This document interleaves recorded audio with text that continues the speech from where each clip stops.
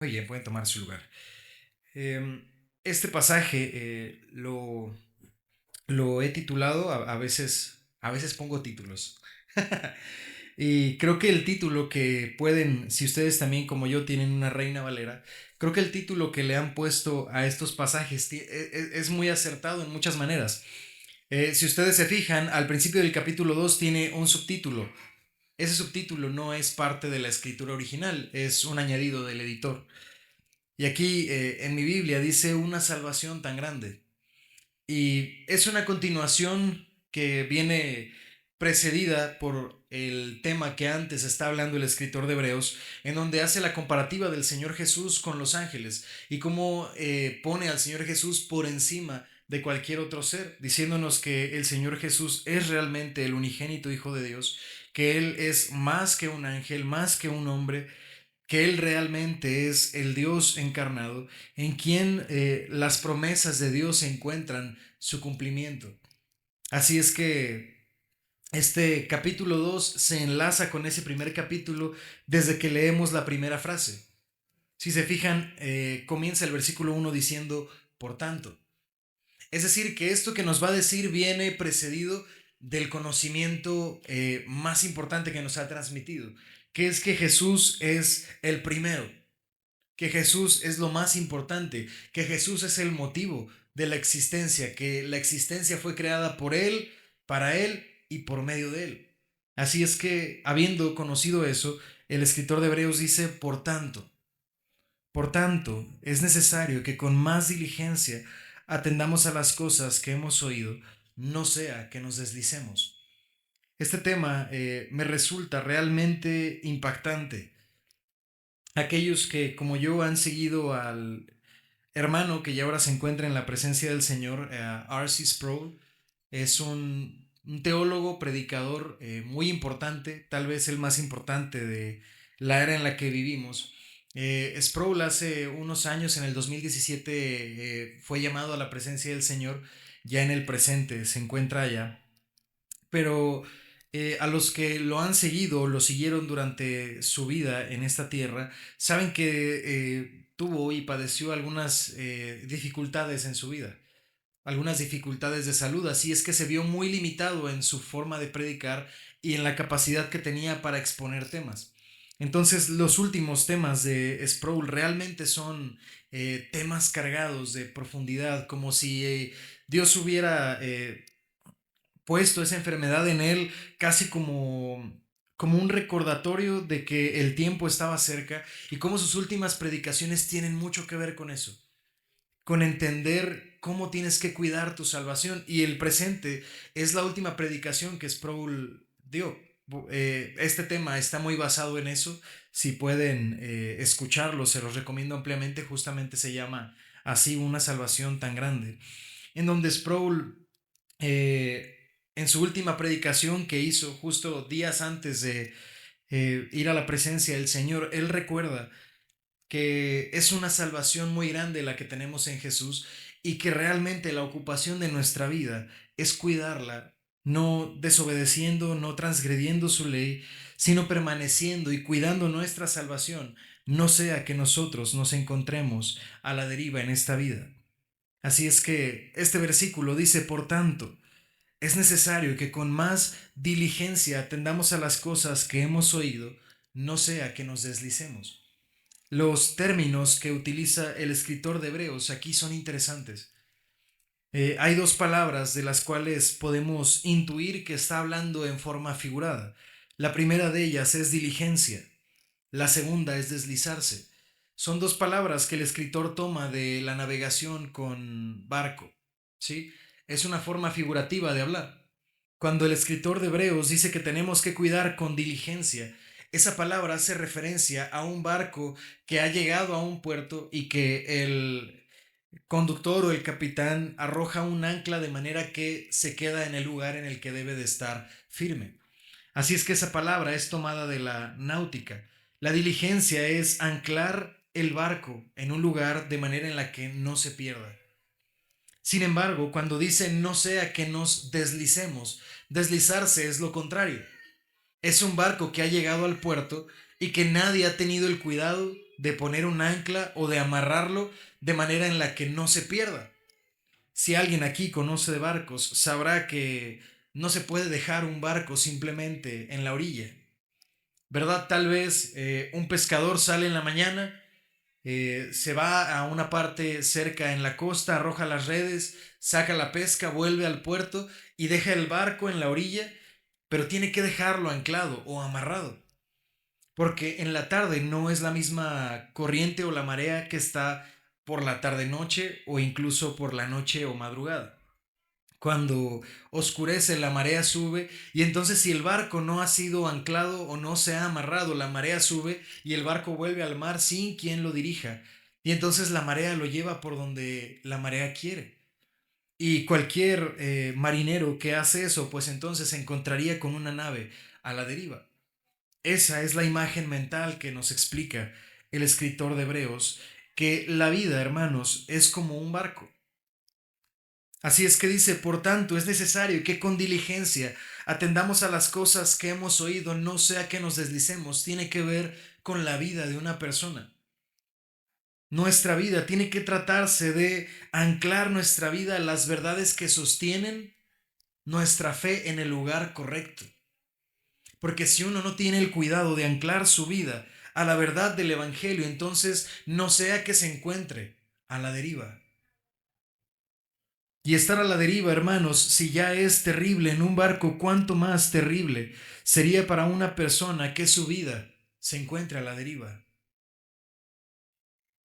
Tristemente, hermanos, este es un tema muy apropiado para el presente porque la gente vive a la deriva. Porque no tiene cuidado ni con diligencia cuida la salvación que nos ha provisto Dios. Más bien entonces el mundo se trata de un constante rechazo al Señor Jesucristo y por lo tanto la vida de las personas se encuentra a la deriva. No se encuentra siendo dirigida o anclada sobre la verdad del Evangelio, sino que se encuentra en la nada, en el aire, en donde todo es relativo, en donde nada tiene un propósito final. Entonces la vida de las personas se encuentra a la deriva y el lugar en donde terminan no es el lugar en donde ellos planearon estar. El hermano Jonathan Edwards, en su predicación de Pecadores en las manos de un Dios airado, dice algo semejante que hemos estado estudiando. Él dice que cualquier persona, si nosotros pudiéramos traer a una persona del infierno y la pudiéramos entrevistar y le preguntáramos si su intención fue terminar en el infierno, nadie quiere terminar en el infierno. Aquella persona que conoce realmente qué es el infierno no desea que su vida termine ahí. Lo terrible de esta circunstancia es que la gran mayoría de las personas termina ahí. ¿Por qué? Porque la vida está a la deriva. Y la corriente de este mundo lleva su vida por donde el mundo quiere, por donde el príncipe de este mundo quiere, donde la arrogancia de la vida, la vanagloria de la vida quiere. Y entonces las personas terminan en una condenación que tal vez nunca quisieron tener, pero que su vida desordenada, desobligada, desanclada a la verdad del Evangelio los lleva.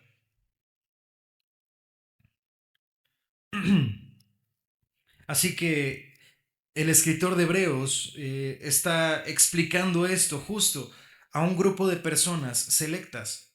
Y tal vez ahí es donde está lo preocupante del tema. Que bueno, cuando yo lo hablo acerca de las personas del mundo, es fácil comprenderlo, ¿verdad? Uno sabe que las personas del mundo no viven con diligencia, que no viven buscando la presencia de Dios, no viven por la esperanza que tenemos en Cristo, no anhelan las promesas ni la ciudadanía celestial, pero ellos viven desordenadamente porque así quieren vivir, porque no les preocupa su vida. Pero el escritor de Hebreos se lo está escribiendo a personas que se supone son cristianas. El escritor de Hebreos habla a un grupo de personas que se han encontrado con una vida cristiana estancada. No es raro entonces que él comience hablando la superioridad de Cristo, que eso lo aterrice hacia anclar tu vida en Cristo y como toda la carta de Hebreos es una explicación de por qué seguir y creer en el Señor Jesucristo, confiar en Él, depositar tu confianza en Él y esperar en Él es la razón de la vida.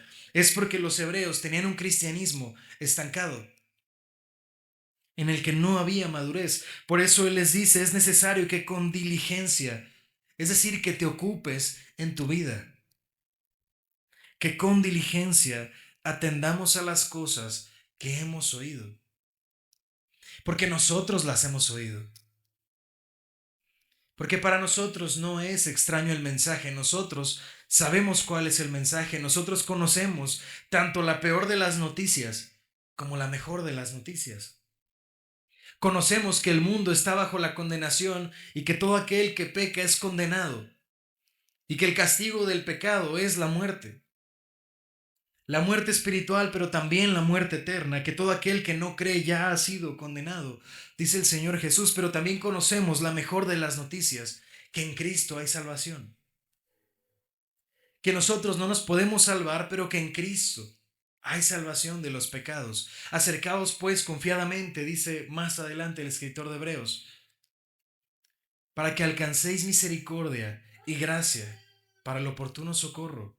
Nosotros sí conocemos la verdad, por eso dice que con diligencia tienes que atender a lo que has oído, a lo que conoces, pero tienes que ser diligente. Tienes que anclar tu vida sobre la verdad del Evangelio, porque si no lo haces así, tu vida está a la deriva. Vean ustedes más adelante, ahí mismo en el libro de Hebreos, Hebreos 6:19. Si me acompañan ustedes para allá, es Hebreos 6:19. Creo que el escritor de Hebreos realmente le gustaba la navegación o conocía mucho de navegación porque es una metáfora que utiliza a lo largo de toda la carta. Hebreos 6:19.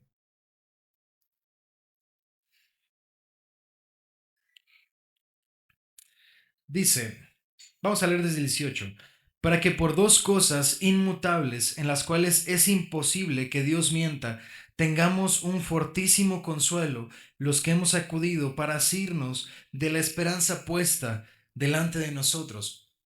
Fíjense que dice que por dos cosas que es imposible que Dios mienta, para que nosotros tengamos consuelo, para que estemos anclados, para que podamos asirnos de la esperanza puesta delante de nosotros.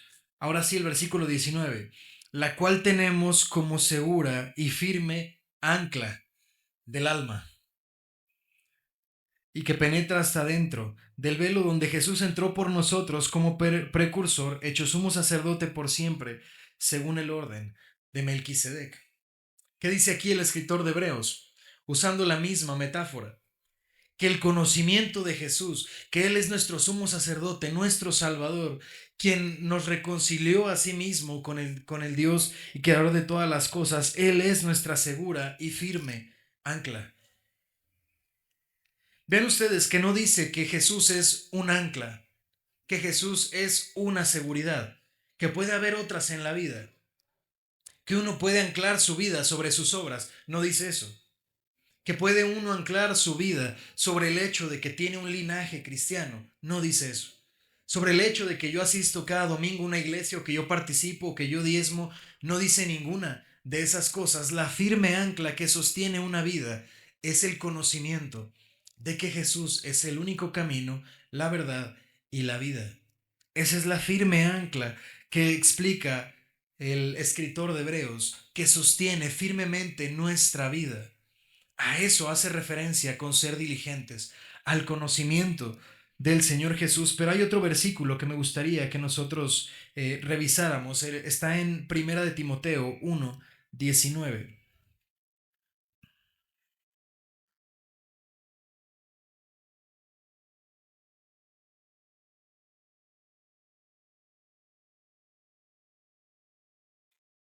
Voy a leer desde el 18. Dice, este mandamiento, hijo Timoteo, te encargo, para que conforme a las profecías que se hicieron antes en cuanto a ti, milites por ellas la buena milicia, manteniendo la fe y buena conciencia, desechando la cual naufragaron en cuanto a la fe algunos. La misma metáfora, ¿cierto? Que el hecho de cuidar nuestra salvación El hecho de militar la buena fe es lo que sostiene nuestra vida, pero el hecho de no hacerlo hace que nuestra vida se encuentre en el naufragio, es decir, a la total deriva.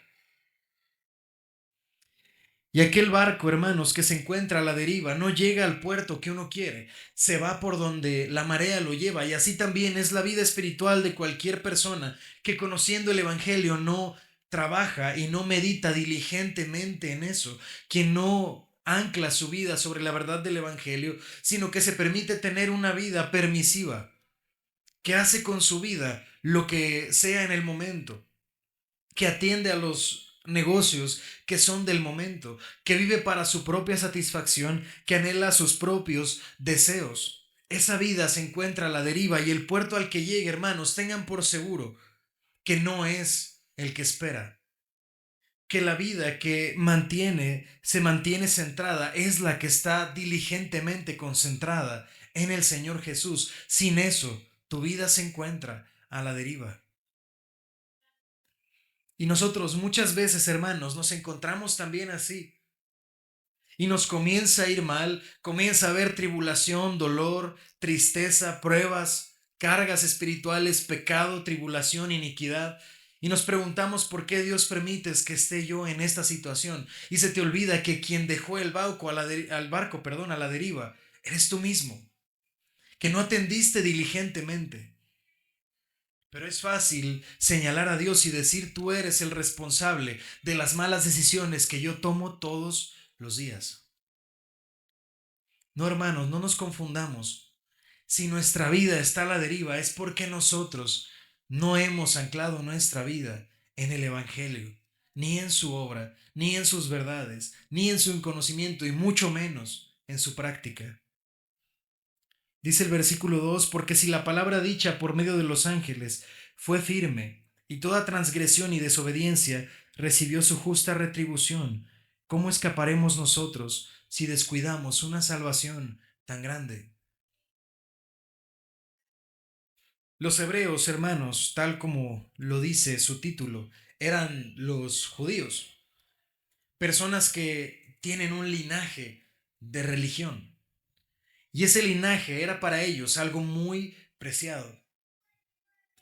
El hecho de saber de qué tribu vine y remontar mis generaciones hasta Abraham era algo de reconocerse. Saber mi tribu, saber la ley de Dios, conocerla, asistir a la sinagoga, recibir la palabra de Dios cada sábado, tomar el día de reposo, celebrar las fiestas, era algo importante. Y era algo importante para ellos porque ellos conocían el origen del mensaje. Y aquí es donde tiene que ver mucho con lo que hablamos las semanas pasadas. Porque el escritor de Hebreos dice que si la palabra dada por medio de los ángeles fue firme, ¿cuál es la palabra que se dio por los ángeles? La ley de Dios. La ley de Dios, hermanos, era algo, bueno, difícil de poner en palabras sencillas. Súper importante. La palabra de Dios, la ley de Dios, el Pentateuco para los hebreos no era algo con que se jugaba. En la ley de Dios había toda clase de sentencias, todas ellas terribles. Aquellos que practicaban la fornicación, aquellos que practicaban el adulterio, ¿ustedes saben cuál era la pena que se les tenía que dar? Muerte. Era algo con lo que no se jugaba. Ellos sabían que blasfemar a Dios era castigado con la pena de muerte. Que entrar en el lugar santísimo, Dios lo castigaba con la muerte. Ellos creían que si entraban delante de la presencia de Dios, la santidad de Dios los consumiría. Y esa palabra fue dada a ellos por medio de los ángeles. Acompáñenme ustedes a Deuteronomio. Deuteronomio 33, versículos 1 y 2. Deuteronomio 33, versículos 1 y 2.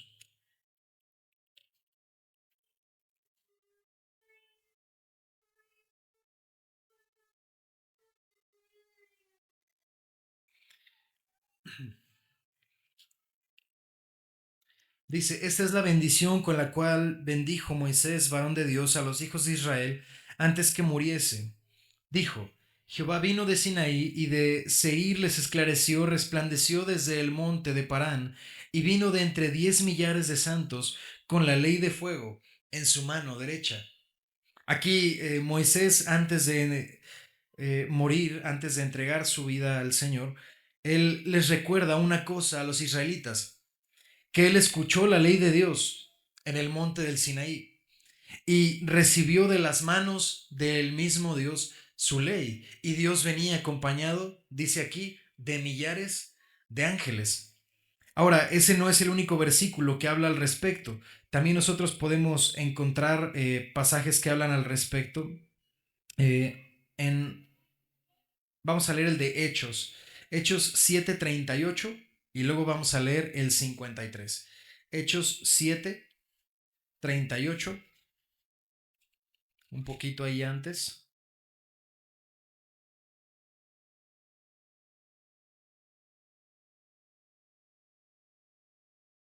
Dice, este es aquel Moisés que estuvo en la congregación en el desierto con el ángel que le hablaba en el monte Sinaí y con nuestros padres y recibió las palabras de vida que darnos. Después versículo 53. Dice, vosotros que recibisteis la ley por disposición de ángeles y no la guardasteis, oyendo estas cosas, dice más adelante, se enfurecían en sus corazones y crujían los dientes contra él. Ellos habían recibido la palabra de Dios, la ley de Dios a través de ángeles. Entonces habían tenido, digamos aquí, dos cosas importantes, a los mensajeros y el mensaje. Los mensajeros habían sido ángeles. Dios había enviado ángeles para que transmitieran su ley como si ellos fueran un instrumento de Dios con que transmitir la palabra de la ley a Moisés. Y el mensaje era justamente ese, la ley de Dios, el pacto a través de las obras. Y ellos consideraban, hermanos, que transgredir el pacto de obras no era algo menor, era algo gravísimo. Era algo tan grave, tan importante en el Antiguo Testamento, que Dios constantemente desechó al pueblo de Israel por no cumplir el pacto de obras. Es más, tan fue así que cuando Moisés sacó a Israel de Egipto y caminaron por el desierto, transgredieron la ley de Dios y Dios los dejó morir en el desierto. ¿Sí recuerdan eso? Toda esa generación que salió del desierto fueron muy pocos los que realmente llegaron a la tierra prometida por transgredir la ley de Dios. Pero más adelante Josué estableció a Israel en la tierra prometida y también Israel se olvidó de quién era el Dios que los había sacado de Egipto y añoraban regresar a Egipto y entonces Dios los desechó y una tras otra vez Israel tuvo que pasar calamidades. Tanto fueron conquistados por otras tierras como fueron asesinados, secuestrados, deportados a otra nación. Así que ellos conocen muy bien lo que significa transgredir la ley de Dios. Con la ley de Dios no se juega. Y el mensaje fue llevado por ángeles y el mensaje fue la ley de Dios. Así que el escritor de Hebreos les recuerda, justamente remontándonos al capítulo 1, que Jesús es más grande que los ángeles. Así que el mensajero es mucho más importante. Por lo tanto, si el mensajero es mucho más importante, el mensaje es muchísimo más alto, muchísimo más importante que el mensaje de la ley de Dios. Este mensajero era el Señor Jesucristo, el unigénito Hijo de Dios, la promesa, el Mesías, el Salvador, Dios mismo encarnado, tomando la forma de siervo, naciendo en este mundo caído. Y el mensaje que él carga es el pacto en su propia sangre. Así que dice el escritor de Hebreos, porque si la palabra dicha por medio de los ángeles fue firme y toda transgresión y desobediencia recibió su justa retribución, la pregunta es, ¿ustedes qué creen que pasa? ¿Cuál creen que es el castigo si ignoramos al mensajero y su mensaje? No el de los ángeles, no el pacto de obras, el pacto en la sangre del Señor Jesús. ¿Ustedes qué creen que pasa? Si el castigo por transgredir la ley de Dios era la muerte, era la condenación, era el abandono de Dios en vida. Bueno, muchísimo más grande es la condenación para aquellos que rechazan el mensaje que nos trajo el Señor Jesucristo, el mensaje del pacto en su sangre, el mensaje de la salvación por gracia.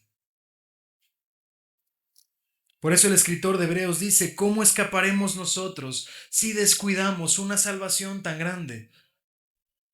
Es una pregunta retórica. ¿Cómo escaparemos? La respuesta es no se puede. No hay escapatoria. No hay salvación si no es en Cristo. No hay forma en la que te salves si ignoras el mensaje de Cristo. No hay forma. No hay escapatoria. Decíamos el jueves en el estudio que las autoridades humanas no tienen todo el poder, ¿verdad? Que muchas veces los malos se salen con la suya, pero Dios, hermanos, tiene todo el poder. A Él no se le escapa una cosa. ¿Cómo escaparemos? Es retórico. No se puede escapar. El Señor Jesús en el Evangelio según Juan dijo que todo aquel que cree no es condenado, pero el que no cree ya ha sido condenado. No hay escapatoria. Cree en el Señor y serás salvo. Tendrás salvación de tus obras, tendrás reposo seguro en Él. Venid a mí todos los que estáis trabajados y cargados, dice Él, y yo les daré seguro descanso. Pero todo aquel que no cree ya es condenado. No hay tal cosa como la indiferencia en el Evangelio. O crees en Él y tienes salvación, o no crees y eres condenado. No hay otra salvación.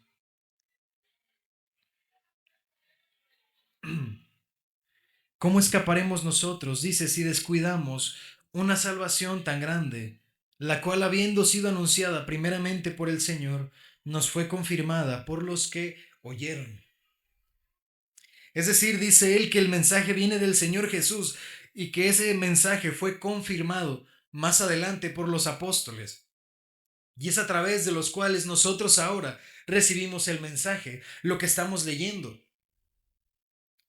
Lo que lees ahora es una confirmación de que ese mensaje viene del Señor y que tienes que atender diligentemente el mensaje, porque no hay otra opción.